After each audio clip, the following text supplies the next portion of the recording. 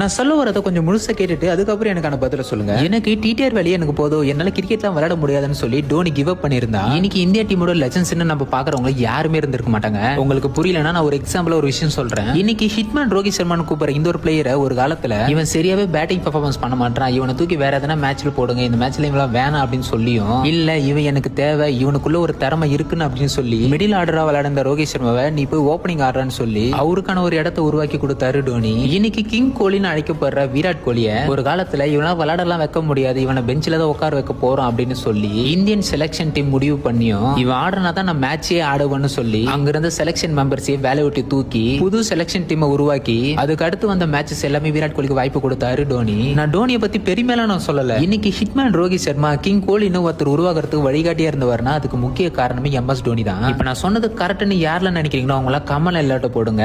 இல்ல ப்ரோ நீ தப்பா சொல்லியிருக்க அப்படின்னு சொல்றவங்களா ரெட் கலர்